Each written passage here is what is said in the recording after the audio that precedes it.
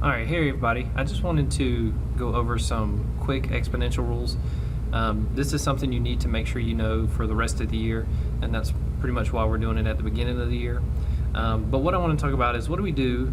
So for instance, if you look at example 1, we have x to the third times x to the fifth. So how can we simplify this?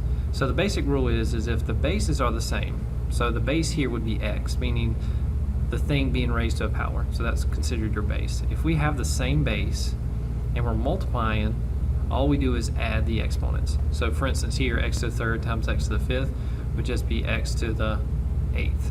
And again, I got the 8 by adding 3 plus 5.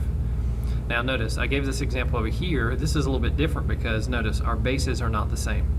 So we cannot come over here and then put something to the 8th power. And the reason we can't do that is because the bases are not the same. So I want to make sure you understand that. Now I want to kind of come over here for a minute to show you why we just add the exponents. If I think of x to the third power, that's the same thing as x times x times x. Okay, so that's x to the third power. And then x to the fifth power is just x times itself 5 times.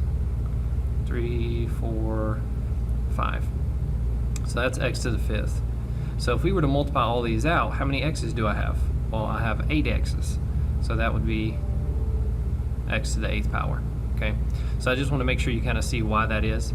Now if we're dividing with the same base, so again the bases have to be the same. If we are dividing with the same base, we just subtract. So we do 5 minus 3, which is 2. And again, just to kind of show you why that is, if I write x to the fifth out, so I'm going to just bring it down here a little bit, x times x times x times x times x times x, so that's 5 x's over 3 x's. 1, 2, 3. And if we think about it, these 3 x's here just,